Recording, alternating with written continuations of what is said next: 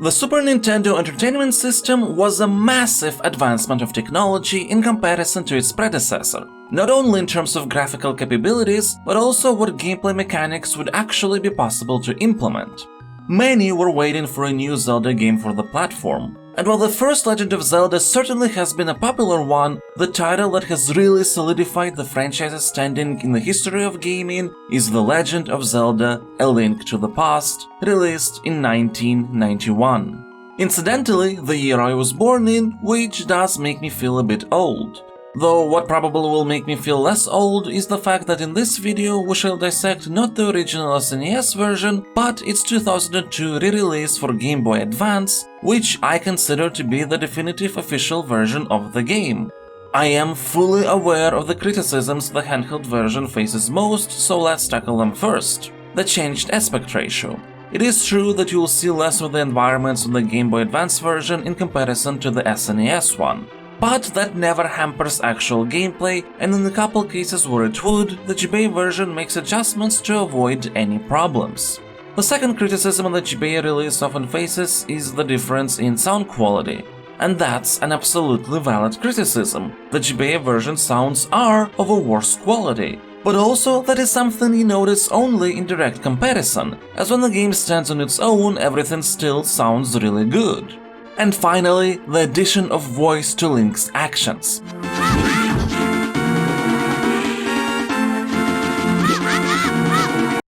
This is a matter of personal preference entirely. I can see why someone can be annoyed by this, but it doesn't bother me at all. The trade-off for these three mostly aesthetical changes, only one of which is objectively worse, is a massive amount of quality of life improvements added to the GBA version that make the already pleasant experience of playing the game even greater.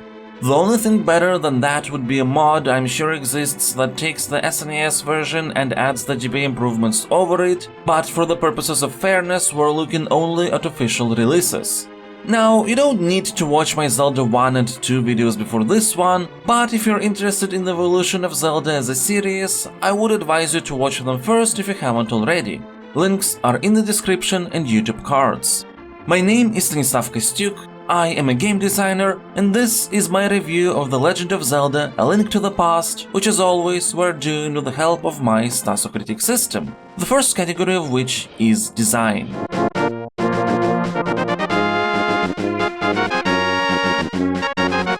This category has the biggest weight, 4, as it's all about how well the game is built and structured. Often people say that A Link to the Past returns to the roots of the original Zelda game and advanced its principles further. Honestly, this statement is based on surface-level observations, just like the opinions that Zelda II is the black sheep of the franchise, which we've established in its respective video to be not the case. When you break it down, A Link to the Past is inspired by both Zelda 1 and Zelda 2, combining what worked in both not to get back to the original Zelda principles, but to create something new. Even if we take the core pillars, the original Zelda had a clear separation between overworld focused on the pillar of exploration and dungeons focused on combat.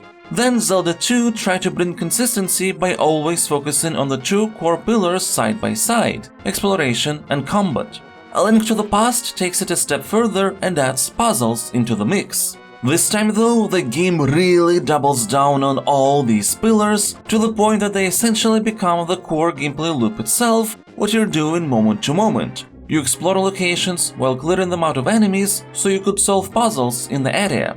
It should be noted that puzzles in the context of A Link to the Past are not just about enclosed logical conundrums, but navigational as well. Basically everything that requires some sort of thinking. And you will be enacting that core loop using items. Link doesn't really have any abilities besides picking up objects in the world. It is all about what gear he has equipped. And every item attempts to correspond to as many of the core pillars as possible. For example, the sword. It is used not only for combat, but also for hitting switches to solve puzzles and finding secrets while you are exploring. Hookshot? In addition to traversing across chasms, you can stun enemies with it, pick up items, and hit switches as well.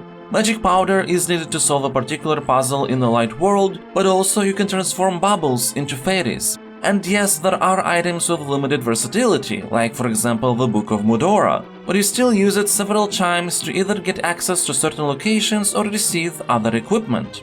Should we analyze all items, we'll find that less than half of them can be applied to just one pillar. And in those cases that do, they either have specific mandatory uses, like the aforementioned Book of Mudora, or optional powerful ones, like the Bombus Medallion that instantly destroys all enemies that aren't immune to it, or the Cape that allows you to avoid damage as long as you have magic left. As a result, even though there is a large amount of equipment in the game, there is not a single item that I can call useless or not needed. Even absolutely optional things that you can complete the game without have a purpose that will help you. With items being such a big focus of the experience, the game essentially revolves around finding them, including quest objects that are required to progress through the story. This also becomes a loop, a mid-term one. You receive a goal, either directly or through hints, achieve that goal using the core loop, also you could find an item. Knowing that, we can actually showcase the game's whole structure in the form of a graph that shows when and how you can receive each item, with the blue arrows representing the golden path, everything that is mandatory, and dotted arrows representing things that will help but aren't actually necessary or have applicable alternatives. For example, you don't need the fire rod to complete the Ice Palace, as everything that it is used against can be blown up equally well with the Bombus Medallion. Or in Misery Mire, the entrance is blocked by a pit that you need to hookshot across, or you can be creative and use the Pegasus boots. This is actually another way how A Link to the Past combines Zelda 1 and 2 together. The original Zelda was very freeform, very rarely you needed a particular item to access or complete dungeons. Its sequel was much more strict. You needed items from dungeons to progress and be able to open up new map areas in the first place, and each palace had to be completed one after another. A Link to the Past combines the two approaches, creating something that mixes up guiding you and providing a lot of freedom. When you start, you really can't go anywhere beyond Hyrule Castle. After you complete the tutorial dungeon though, you can access almost the entirety of the Light World. You don't need to finish even a single dungeon to already be able to get a bunch of heart pieces and equipment. You do need to complete dungeons in a set order. First the Eastern Palace, and then the Desert Palace where you will get the Power Glove, which will allow you to lift rocks, therefore giving access to the area with the third dungeon, Tower of Hera, as well as the lake where you can get Zora's Flippers that allow you to swim and thus make it possible to traverse across almost the whole map, even if you won't be able to get absolutely every secret yet. Then, when you get to the Dark World, only one dungeon is available to you, the Dark Palace, because everything has got to be dark in the Dark World, and there you will get a hammer which will allow you to access almost the entirety of that world, with Titan's Meat providing possibility to access pretty much the rest. Again, you will need more items to get all secrets, but broadly speaking you need only a couple to access the whole map. And dungeons in the Dark World can be completed in a variety of orders. The only absolute requirement is that Dark Palace has to be done first and Ganon's Tower last. It is a pity though that the game doesn't make that entirely clear. On the map, all dungeons are numbered. This can make you think that you need to do them in a set order. I thought so myself, and while exploring after completing the Dark Palace, I accidentally discovered that I can access what is labeled as Dungeon 4 and actually complete it. It would be better if the map would have just shown crystals without numbers, but at the end of the day, the important part is that your curiosity is not blocked, it is rewarded. And if you take a look at all the things we have discussed up until now, the requirements for getting each item, how much of the map opens up and when, as well as the order of the dungeons, we discover that a lot of mandatory items are actually found outside dungeons, and can be taken long before you actually need them. You don't require Zora's Flippers until you need to complete the Swamp Palace or find a way into the Ice Palace, but you can get them even before first entering the Dark World. The Ice Rod is an even more extreme example. You will need it for Turtle Rock, which is at best the 5th dungeon that you can do in the Dark World, but you can get it even before completing the first dungeon of the Light World. All this creates a very good balance between being guided and having exhilarating freedom. Like the previous Zelda games, A Link to the Past features an extensive hint system. So many different people will tell you about something you can find somewhere in the world, or provide direct instructions on how to progress further. And if you miss something or wonder if there is a secret you haven't yet encountered, there is always the fortune teller who can give some directions for money. As a result, to complete the game you don't need any guides at all. I have 100%ed it with all hearts and items without looking for any information online. But A Link to the Past achieves that not only through hints. Smart world design bears a lot of responsibility as well. A lot of it is focused on teasing you with an item or a location and trying to make you think how to get there. For example, there is a piece of heart that you need to get by cutting some grass and jumping through the hole you uncover. But it's not just a random secret the game places in the world. Near that patch of grass is an entrance to a cave through a tree, which of course invites you to enter it, and once you do, you find a ledge with a piece of heart that you can't reach, so you try to find alternative routes. A Link to the Past makes sure to always tease you before inviting to participate in some exploration. And it does so in different ways. Sometimes it just puts an object out of reach so you would wonder how to get to it. Maybe a couple of lumberjacks tell you the tree they're cutting seems to be very strange, so you make a mental note to come back there later. Maybe there's a place that has suspiciously too many stakes coming out from the ground, or you see a hole that you can't get inside of because it is blocked by a wooden log which you can't destroy without an item you don't have now. You won't find any randomly placed secrets in A Link to the Past. There is always something that will make you go, huh. And most of these secrets can be uncovered as soon as you realize that there is one in the area. There is a relatively small amount of places that you need to save in your mental map to be sure to come back to later, and that helps with keeping all of them in your head. When you get Titan's Mitts, which allow you to pick up dark rocks, you're not trying to desperately remember all places where you have seen them before, since there's not many to begin with. After you find the magic cape which protects you from damage and colliding with traps, you remember that there's 2 concrete places where it will be useful, not 20. All this makes discoveries feel more meaningful. Even with 2 parallel worlds, A Link to the Past might not boast huge explorable areas, but absolutely everything that is in there has something to offer for you. Now, you might be listening to a lot of these things and think, gradually unlocking map areas to provide more places to explore as you progress, teasing unreachable locations to make you try to find a way to get there, putting obstacles in your mental map to come back to later once you get a certain item, that sounds suspiciously like dungeons. And you'll be right, A Link to the Past absolutely revamps dungeons conceptually. In the first 2 main titles, they were all about combat. Yes, you did explore to find your way to the dungeon boss, but still they were essentially a collection of combat arenas that you needed to overcome through force. In A Link to the Past, dungeons are packed microcosms of the overworld, following the same core and midterm loops and the same design principles, only at a different scale and pace, while adding some things of their own. Let's take a look at the Eastern Palace, which is the first proper dungeon in the game. It is relatively straightforward, but will show all main principles of dungeon design in Zelda. This is the area you'll be able to explore without a single key.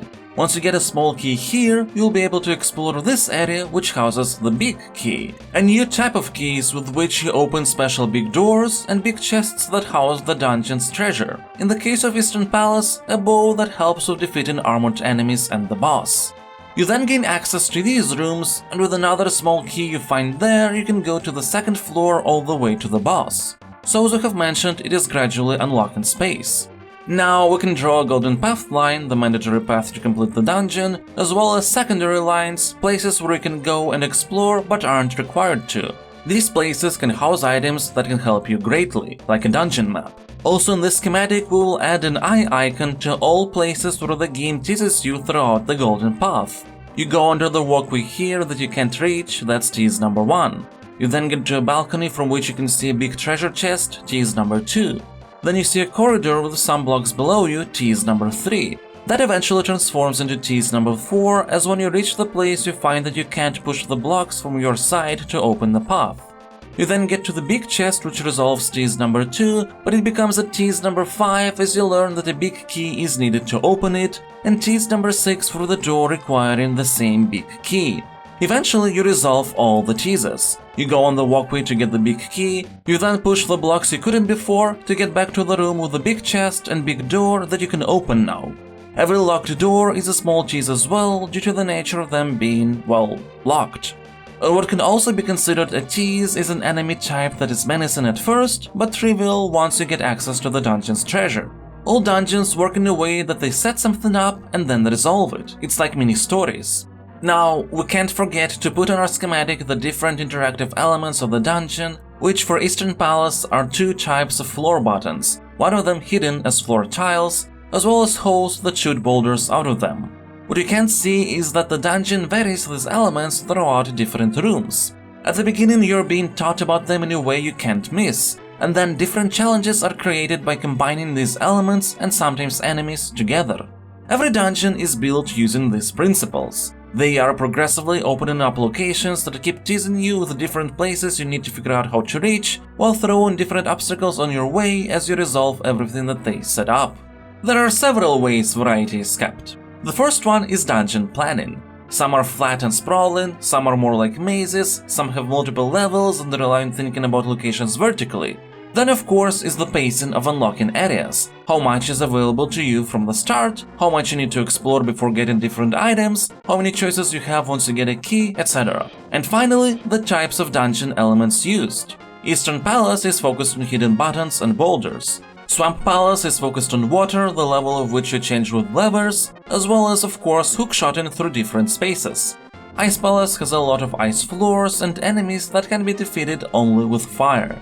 One thing I should note is that while in the example we have discussed in detail, the Eastern Palace, the dungeon's main treasure is required to be able to go through the dungeon, that is not always the case. For example, the treasure of Ice Palace is upgraded armor and therefore absolutely optional. Or in Skull Woods you get the Fire Rod, but it is not required to beat the boss at all. It is questionable whether that is a flaw or not. Future Zelda games would make sure that the dungeon treasure is always needed to traverse the dungeon and defeat the boss, but the way A Link to the Past does it provides a big amount of freedom and flexibility to your strategies, which I can't help but admire. I would say that there might be a missed opportunity, but it doesn't necessarily make things worse. There's a number of other aspects like this in A Link to the Past. There is literally only a single place in the entire game where the light world affects the dark world. In the Swamp Palace, where you need to open up a dam in the light world so water would flow inside you in the dark world dungeon as well. Other than that, the interplay between the two dimensions is mostly about finding the right spots to switch between them so you can unlock certain secrets. There is a clear missed opportunity here too, but also not having those elements doesn't make anything in the game worse. The world and secrets are still well designed.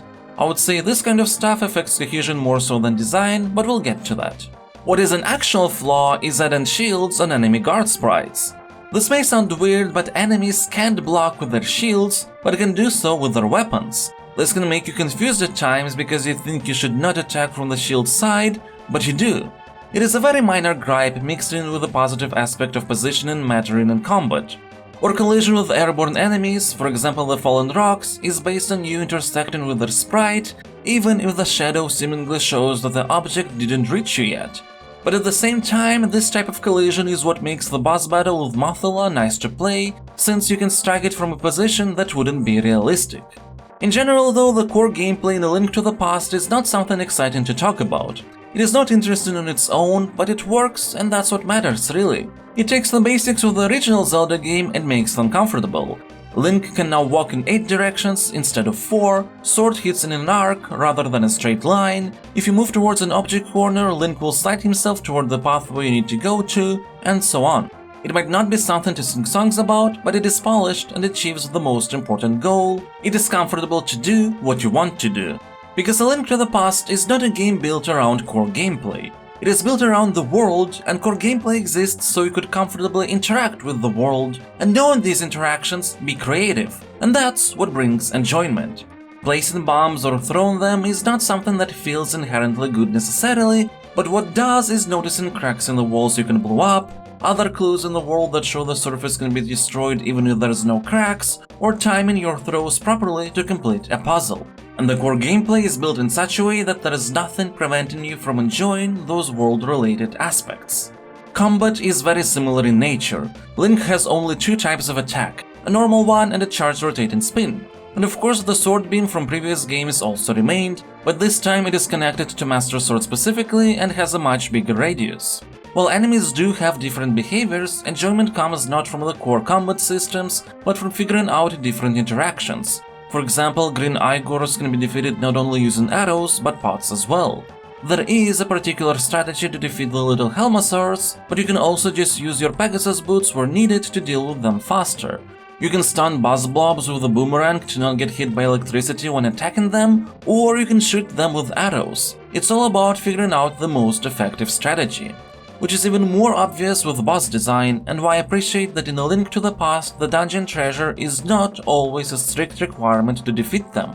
Yes, the bow is the most effective against Armos Knights, but you can still use your spin attack. Helmasaur King's helmet is weak not only to the hammer, but bombs as well. The Lord of Darkness, Ganon himself. Well, if you bought a bunch of green potions and have the Cane of Birna, you can stop worrying about avoiding his attack patterns, and while that last part may feel like game-breaking, it felt good to do these preparations in advance and then see that they actually work. And at the end of the day, this is part of why A Link to the Past's design is so great. It tries to make everything meaningful. Every item, every location, every secret, every hint. Yes, it's got flaws and missed opportunities, but it is also structured in a very smart way, gradually given more and more freedom to go about your adventure as you progress and get more acquainted with how the game works. Now, you might have noticed that even though I have talked about the GBA version of the game, I didn't mention its Four Swords multiplayer component at all, nor did I talk about the content in A Link to the Past linked to it, mainly the Palace of the Four Swords dungeon. I hear that dungeon is really good, but it was barely possible even back in the day to find somebody to play Four Swords on GBA with, let alone now, so I haven't had the chance to check out anything except the entrance that verifies if you've beaten the multiplayer component. We will talk about Four Swords in the future, mainly based on its anniversary edition, but A Link to the Past's bonus content will have to remain undissected. At any rate, I don't believe it diminishes anything I have said before. So it's time to rate A Link to the Past for its design. Here is the breakdown of all scores, feel free to pause if you want to read them all. And out of all of these, I will assign a 10. Is A Link to the Past perfect? No, but what game is? Is there room for improvement? Yes, we've mentioned some of those aspects. But not only there's nothing in the game that affects the experience in a sufficiently negative way, A Link to the Past is an exemplary action-adventure game. Exemplary in world structure, in pacing, in item design and their correlation to core pillars, just in principles that it uses to create an enjoyable experience. It is a game from 1991 that is as well built as many modern titles that draw upon more than 40 years of game design history, and that's saying something.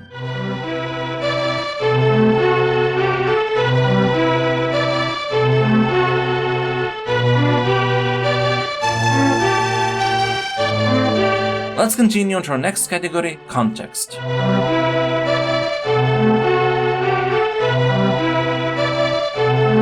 This category is about everything that provides, well, context to our actions. Plot, characters, world, themes, etc. It has a weight of 1 as by and large most of the time context is not a defining aspect of a video game, but it does enhance the experience greatly. A Link to the Past is special in comparison to its predecessors. While the game still has a manual, you don't need one at all. This is related not only to design, where A Link to the Past teaches you everything you need to know within the game itself, but also to the story. Everything related to the plot and characters of this world is told through the game proper, without any extraneous means. This leads to the narrative feeling more coherent than ever in the franchise. There is an actual prologue, setup, progression, different acts, a wide cast of different characters. But in the context of our category separation, this aspect will help Cohesion the most. And although the story is much more enjoyable to experience this time around in comparison to previous outings, it is still the same standard tale of going out on an adventure to save the world, defeat the dark powers, and rescue the princess. And there is nothing wrong with the overall concept being pretty traditional, especially because it works, but there is barely anything in the game that would elevate it beyond that. All characters are cookie-cutter and not really that interesting. There's these different 7 maidens that you rescue, they all sound and look the same, except Zelda, who only has a different sprite, but you wouldn't know she's a different character. People in the world are just your box standard merchants, kids, characters who can tell you stories in exchange for money. The only exception is the Flute Boy. It is a small subplot that not only attempts but also succeeds at being sad, tragic, and touching. But it's just a single memorable subplot in the sea of standardness. The world of Hyrule itself is more detailed now, has a more defined geography and history, but again, it is all just there, it is a set dressing. How can you care about the uncle who died when you see him just once for less than a minute before you find his dying body and then triumphantly raise the sword he gives you as he lies there in the sewers, dead? What the game is undoubtedly doing well is spacing and setting up the overall atmosphere. The beginning where you attempt to sneak into Hyrule Castle as it rains, the search for the 3 pendants that culminates in finding the Master Sword, which makes it easier to deal with enemies, followed by your first battle with Aghanim as you race to try and rescue Zelda again, the mid-game twist of getting to the Dark World, all that is set up in a perfectly fine way. If you open up all the possible scores, I will assign a 5 to context. Despite adequate setups, it is still a standard tale with no interesting characters, no really memorable moments, nothing special in the world or its lore.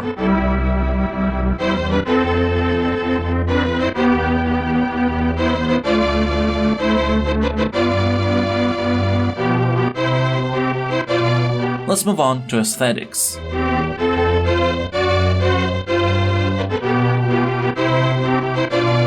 Another category with a weight of 1 because it is also not necessarily defining of our gaming experience, but still greatly enhances it through visual style, sounds, music and so on.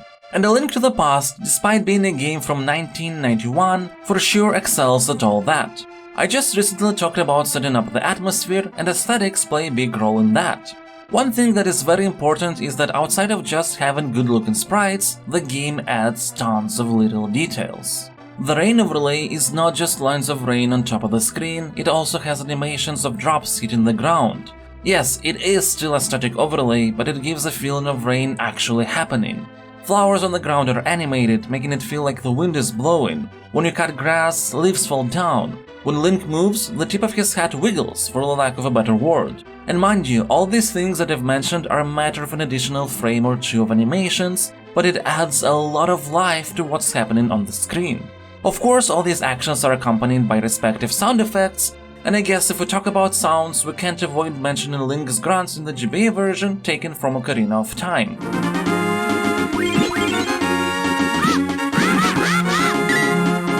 I know a lot of people hate this, but to me not only it sounds fine, it adds variety to the soundscape and works towards enhancing aesthetic pleasure. But the real star of the show is the music. There are just so many wonderful tracks. The first tune that we hear is very ominous and sets up the danger waiting for us.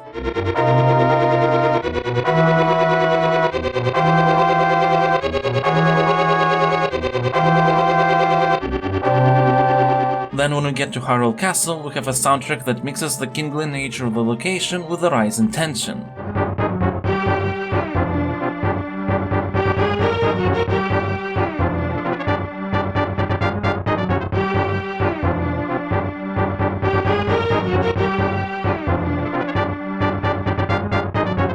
And only after this tense in terms of atmosphere prologue do we hear the iconic Zelda theme for the first time.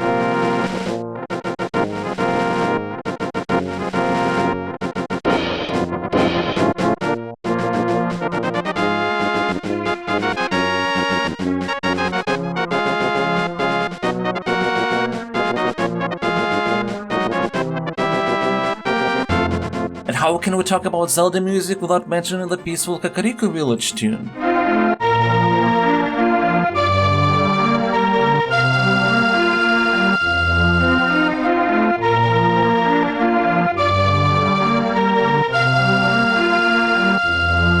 And then when we get to the Dark World, the overworld music there is great again.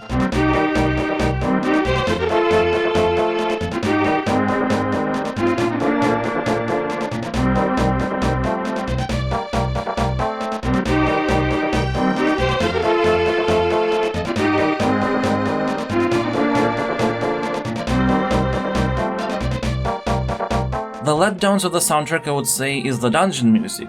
It's not bad, provides the proper atmosphere, but there is only 2 tracks, one for Light World dungeons and one for Dark World dungeons. And that can feel pretty repetitive, especially considering that all dungeons vary in their visual style, but have the same music.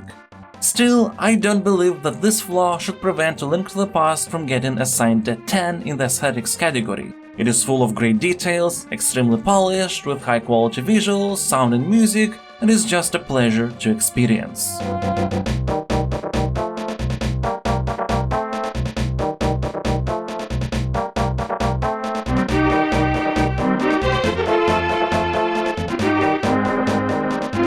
time to talk about Cohesion.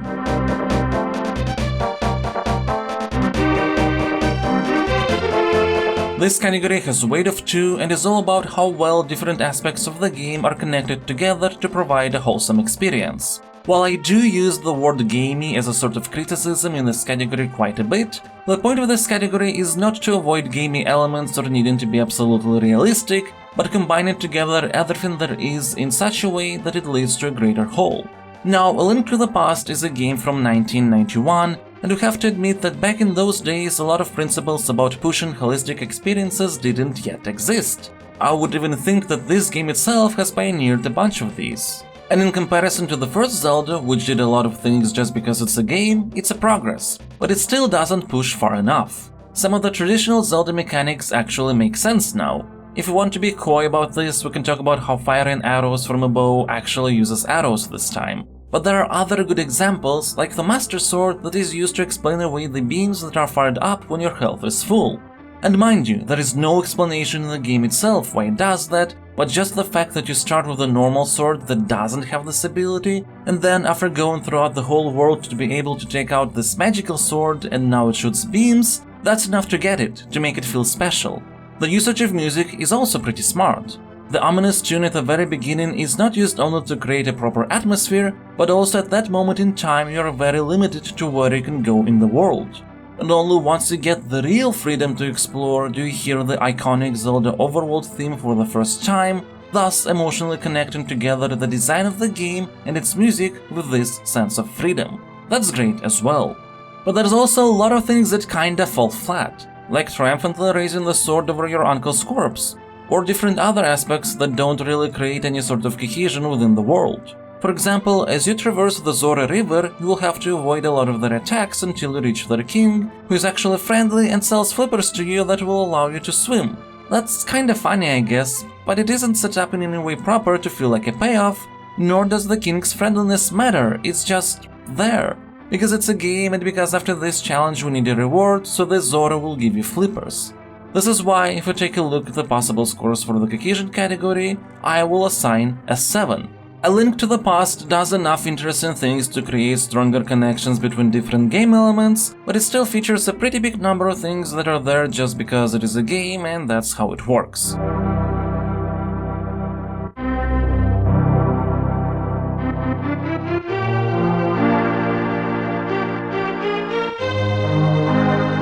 Let's now get to the final category, emotions.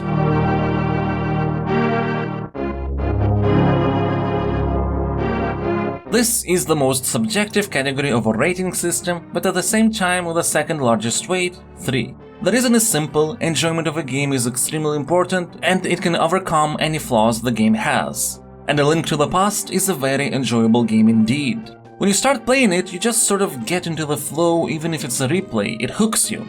I have 100%ed the game twice, once when I first played it and the second time when I was recording footage for this video, and both times it was without a guide. It's just so well built that you don't need one to find everything. That said, while A Link to the Past is just thoroughly enjoyable to play, there's something missing.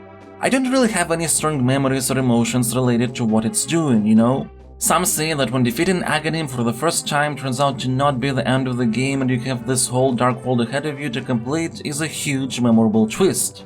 Maybe if you first played the game in the 90s, I didn't know. While I didn't know about the Dark World before playing A Link to the Past for the first time, I knew that the game is not going to end after 3 dungeons, especially after teasing the Dark World the first time we appeared there as a bunny for a little while. Still, it was a nice setup. But I guess ultimately what I have talked about in the context section prevented me from getting any strong memories. It is a pretty standard world with pretty standard characters, and while all dungeons have a variety of settings, they somehow feel standard as well. I know I use this word a lot, and it's not meant to be derogatory because there is nothing wrong with being standard as long as it's done in a qualitative way, but I don't know how else to explain the fact that there was some spark missing between me and the game always. And that's considering that I absolutely love the music in A Link to the Past, and music matters a lot to me on an emotional level. Regardless, all this does is just prevent A Link to the Past from getting a 10 in this category, but it still deserves a strong 9. A game that you enjoyably 100% twice in your life can't get anything less than that. time to conclude our video.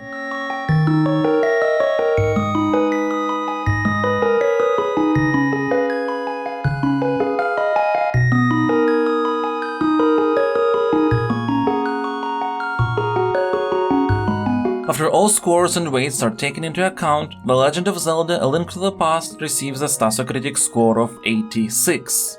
Now there's one thing I should note: my Stasocritic system is balanced specifically in a way that would avoid inflation of 90+ scores. It is exceptionally difficult to get those. So when a game has a final score of 80+, it means that it's truly great. A Link to the Past is a true classic that withstood the test of time.